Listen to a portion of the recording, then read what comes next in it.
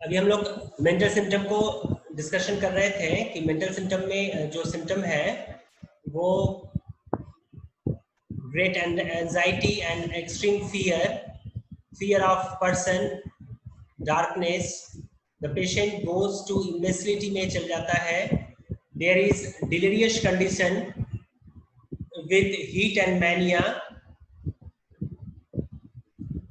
Next है great lethargy, better when thinking about the present trouble. अपने जो present trouble है, जो अपना प्रेजेंट कॉम्प्लिकेशन है उसके हेल्थ के रिगार्डिंग, उससे अगर उसको कुछ दिक्कत होता है तो उसके लिए अगर वो सोचेगा तो उसको रिलीफ मिलता है। अब हम लोग इसके आगे नेक्स्ट देखते हैं, दैट इज पर्टिकुलर्स या इंडिविजुअल। तो इंडिविजुअल में जो है, जो हम लोग अभी देख पा रहे हैं, दैट इज कॉलेरा। कॉलेरा का जो है बहुत अच्छा एक्शन है, हम लोग ये कैंसर में यूज करते हैं कॉलेरा कंडीशन में। तो कॉलेरा में क्या बताया गया है कि जैसे अभी हम लोग देखें कि फर्स्ट स्टेज ऑफ कोल्ड, पहला जो है फर्स्ट स्टेज ऑफ कोल्ड में या चिलीनेस में या स्नीजिंग में हम लोग कैंफर को रिकमेंड करते हैं, वैसे ही हम लोग जो है कॉलेरा को भी जो है फर्स्ट स्टेज ऑफ कॉलेरा, लेकिन कॉलेरा में भी जो है क्लासिफिकेशन है। हम लोग को मालूम होना चाहिए कि कॉलेरा जो है 2 टाइप्स का कॉलेरा होता है। पहला है that is cholera morbus and second that is Asiatic cholera.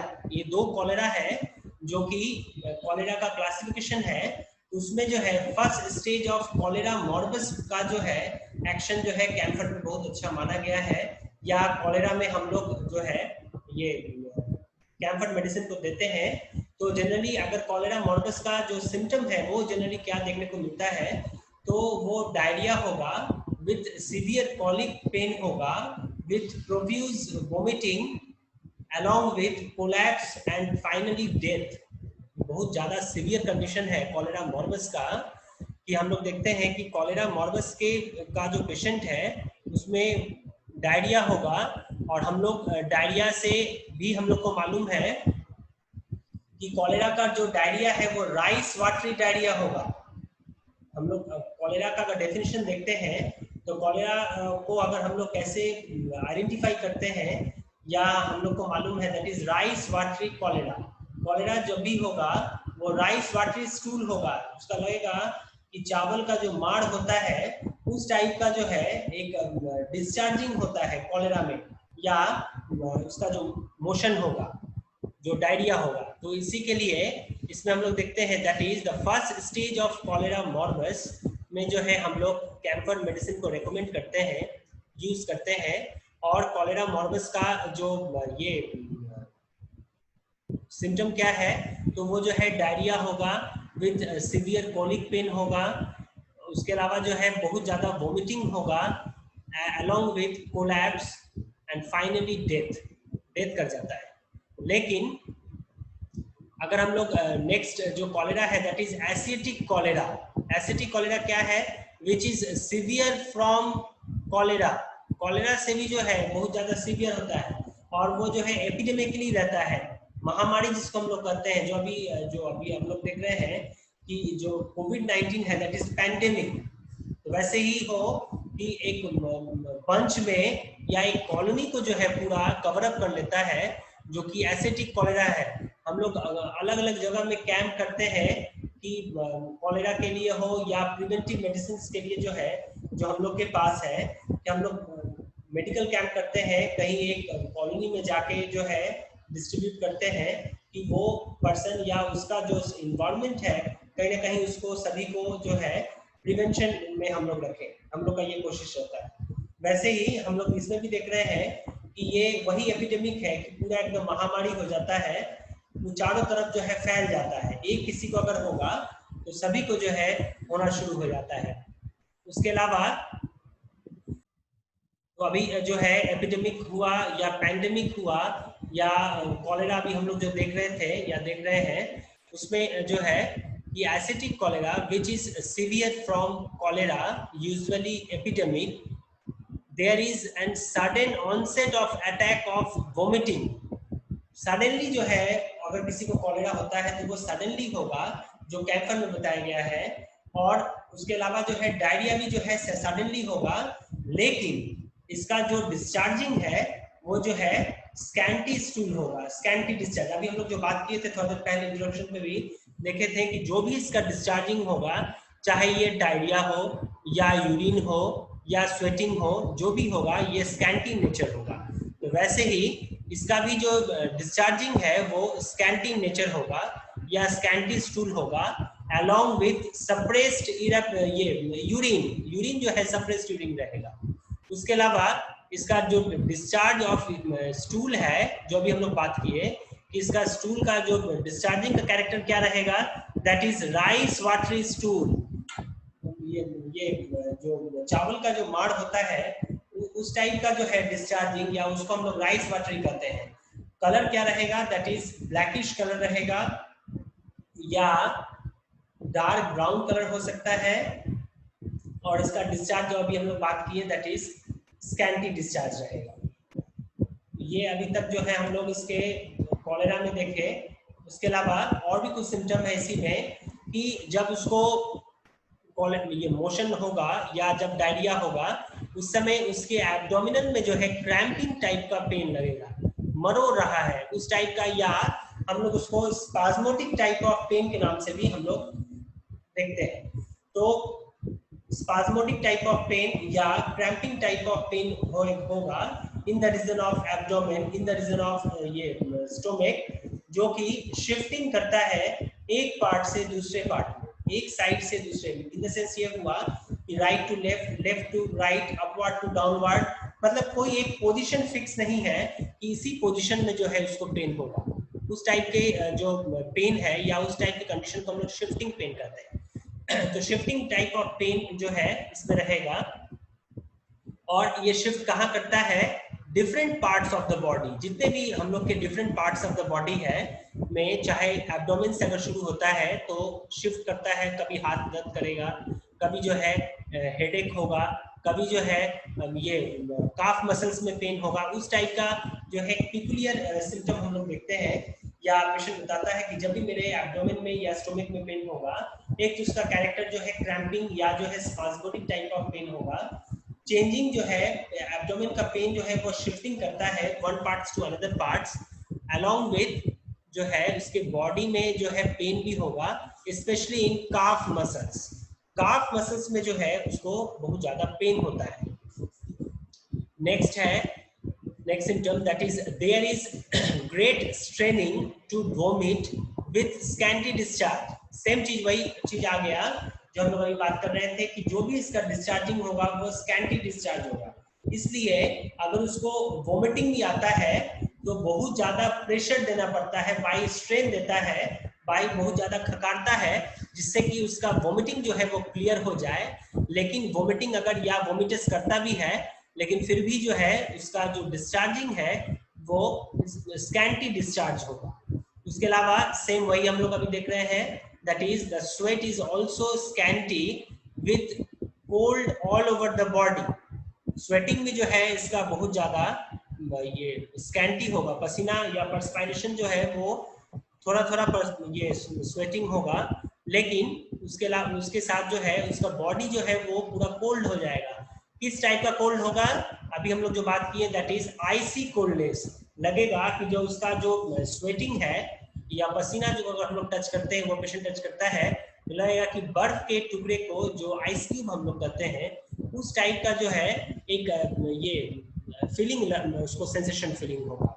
Next बताया जा रहा है but more appearance in the reason of forehead. Forehead के रीजन में जो है उसको बहुत ज्यादा अपीयरेंस रहेगा, ड्रॉप बाय ड्रॉप रहेगा। जब भी डिस्चार्जिंग होगा वो स्कैंटी होगा, लेकिन आइसी कोल्डनेस होगा।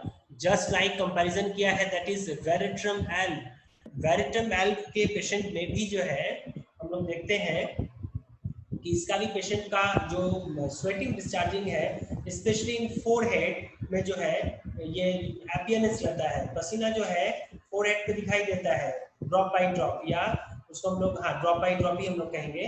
तो उस टाइप का जो है एक पिकुलियर सिम जो है वो वेरिट्रम वाल्व में भी है। हम लोग फर्दर भी वेरिट्रम वाल्व को पढ़ेंगे, उसमें भी हम लोग जो है और इसके स्वेटिंग को और क्लियरली हम लोग उसमें देखेंगे।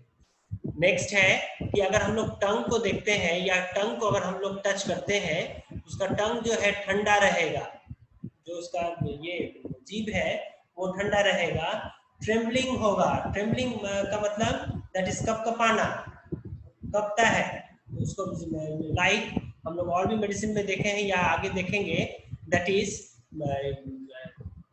वाइब्रेशन। मेडिसिन है दैट इज लैकेसिस। लैकेसिस का पेशेंट क्या है कि लैकेसिस जब भी बात करता है, या लैकेसिस जो लैकेसिस है वो उसका प्रिपरेशन किस चीज से है, दैट इज स्नेक वेनोम से। तो स्नेक का कैरेक्टर क्या है कि जब भी वो अपने टंग को निकालता है वो जो है हेयर एंड देयर होता है, एक जगह स्टेबल नहीं रहता है, कब कब वाइब्रेशन रहता है। तो उस टाइप का जो है हम लोग इसमें भी देख रहे हैं कि एक तो इसका टंग कोल्ड ठंडा रहेगा अगर हम लोग टच करेंगे, उसके अलावा जो है ट्रेम्बलिंग रहेगा, कब कब वाइब्रेशन होगा, विथ कोल्ड ब्रेथ, सांस जो लेता है वो लगेगा कि ठंडा सांस ले रहा है। उस टाइप का कैरेक्टर जो है इसमें हम लोग देखते हैं।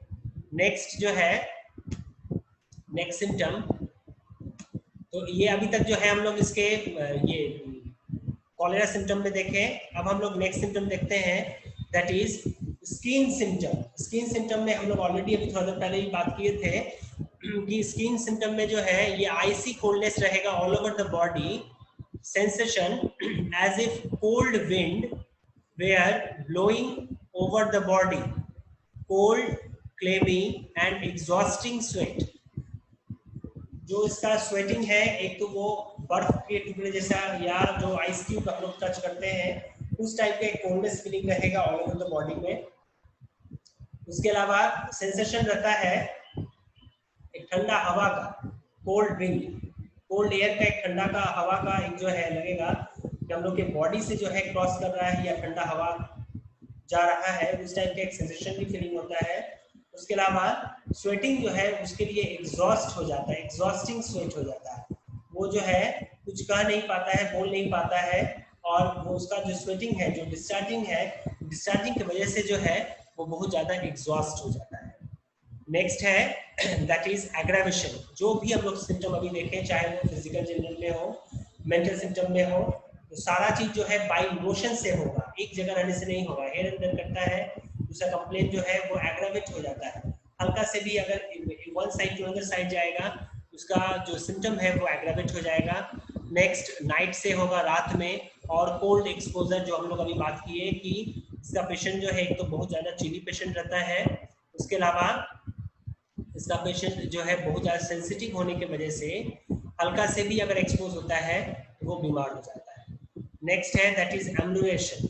रिलीफ कैसे मिलेगा, वाइल थिंकिंग, उसी के विषय में जो उसका प्रेजेंट कंप्लेन है उसके विषय में अगर वो सोचता है तो जो है उसको रिलीफ मिलता है। नेक्स्ट है दैट इज वार्म एयर या वार्म एक्सपोजर, हल्का से सुसुम हवा, अगर गर्म हवा लगता है तो कहीं ना कहीं उसको रिलीफ मिलता है। ठीक है, तो ये जो मेडिसिन है ये हम लोग यहीं पे इसको एंड कर रहे हैं। जो भी इसका इम्पोर्टेंट सिम्टम है जो अभी हम लोग देखें, चाहे वो मेंटल सिम्टम हुआ या इसके कैरेक्टरिस्टिक्स फीचर हुआ, सभी में अभी हम लोग इसको नोटेड किए, अभी हम लोग जाने। अब हम लोग जो है इसमें क्वेश्चन क्वेरी करेंगे अभी वन बाय वन करके, तो जिसका जिसको बोलेंगे वो अपना जो ये म्यूट है उसमें अनम्यूट करेंगे ऑडियो को और रिस्पॉन्स करेंगे। सर पहले क्वेश्चन है, बता रहे हैं, बात कर रहे हैं, एक minute.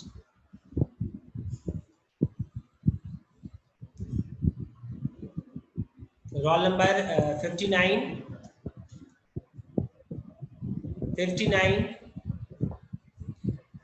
is present, 59, roll number 22, roll number 22,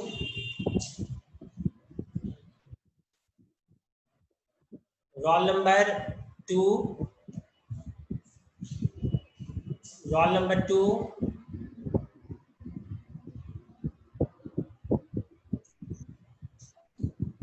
response करो। हाँ, अभी जो बताया गया कैंपर में, हाँ सर। में आया? Yes sir. ठीक है, इसको म्यूट करो। Roll number 47। ठीक है sir. 47,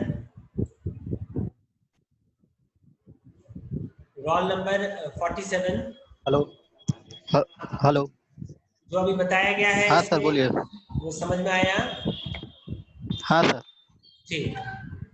next, roll number 61। 61 roll number 61।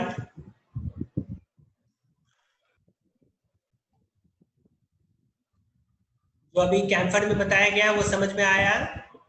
61। हाँ यस ठीक, सर। ठीक। म्यूट करो। Roll number 85। Who is 85?